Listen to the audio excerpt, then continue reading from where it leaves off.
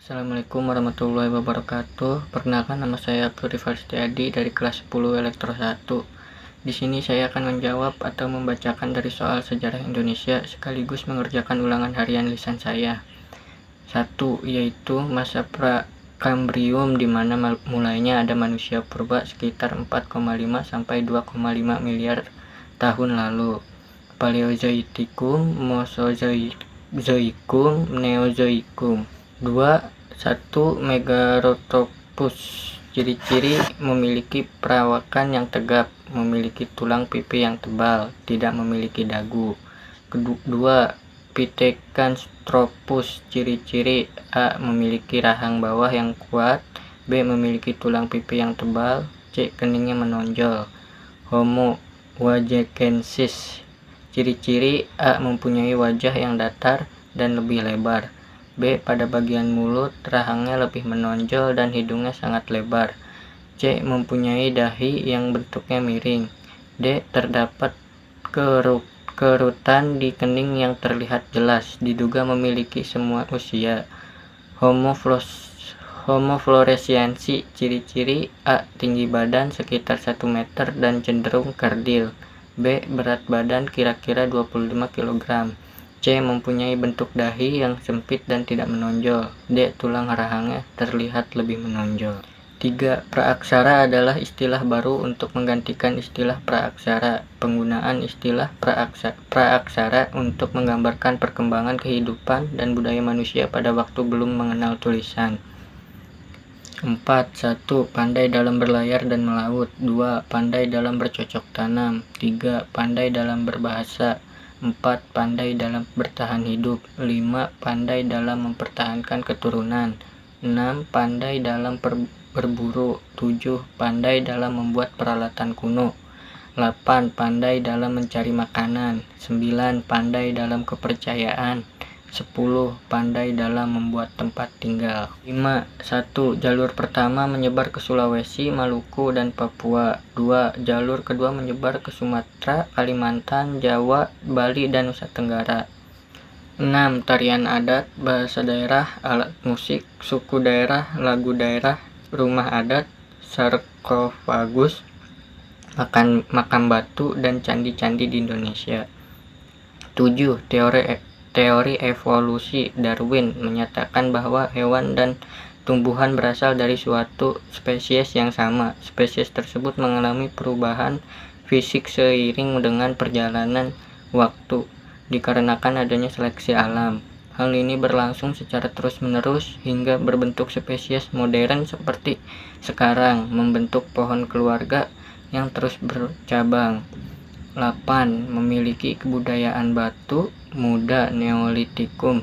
Orang-orang bangsa Proto Melayu memiliki rambut lurus. 9. 1. Zaman batu tua Paleotikum. Ada 2 kebudayaan yang menjadi patokan zaman batu tua, yaitu A. Kebudayaan Pacitan, B. Kebudayaan Ngadong, Blora, Homo wajekensis, dan Homo soloensis. C. Zaman batu tengah Mesolitikum. 3 bagian penting kebudayaan Mesolitikum adalah: A. Pebble culture, alat kebudayaan kapak genggam dari Kejoken Modinger. B. Bone culture, alat kebudayaan dari tulang. Flasques kultur, kebudayaan alat serpih dari Abris. Sausros, zaman kebudayaan batu tua, dinamakan dengan istilah Paleotikum.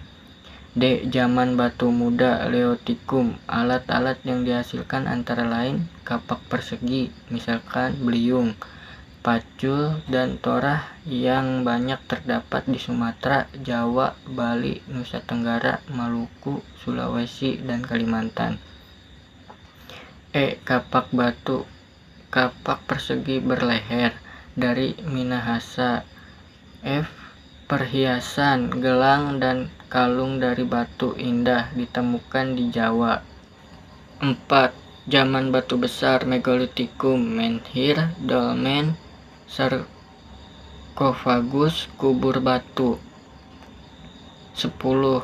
Kejokan Modinger merupakan tumpukan timbunan kulit siput dan kerang yang menggunung di sepanjang pantai Sumatera Timur antara Lansa di Aceh sampai Medan.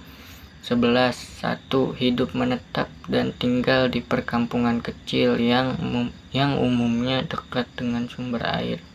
2. Mengolah alam dan potensinya dengan membuka ladang tanah hujan dan ladang berpindah. 3. Mengenal dan menerapkan peraturan sosial, solidaritas, dan kerjasama.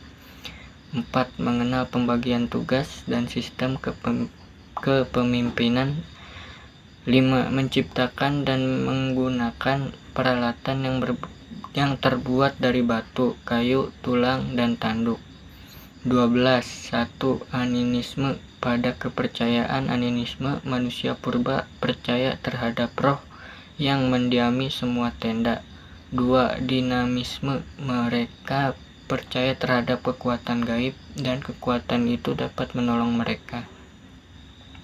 3. Totemisme. Kepercayaan bahwa hewan tertentu dianggap suci dan dipuja karena memiliki kekuatan supranatural.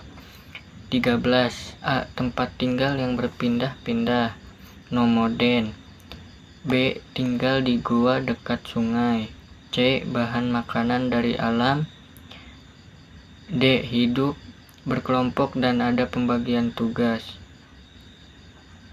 14. Zaman logam dapat dibedakan menjadi 3 periode, yaitu zaman tembaga, zaman perunggu, dan zaman besi. 15. Sejarah adalah suatu ilmu pengetahuan yang disusun atas hasil penyelidikan beberapa peristiwa yang dapat dibuktikan dengan kenyataan. Sekian dari saya. Wassalamualaikum warahmatullahi wabarakatuh.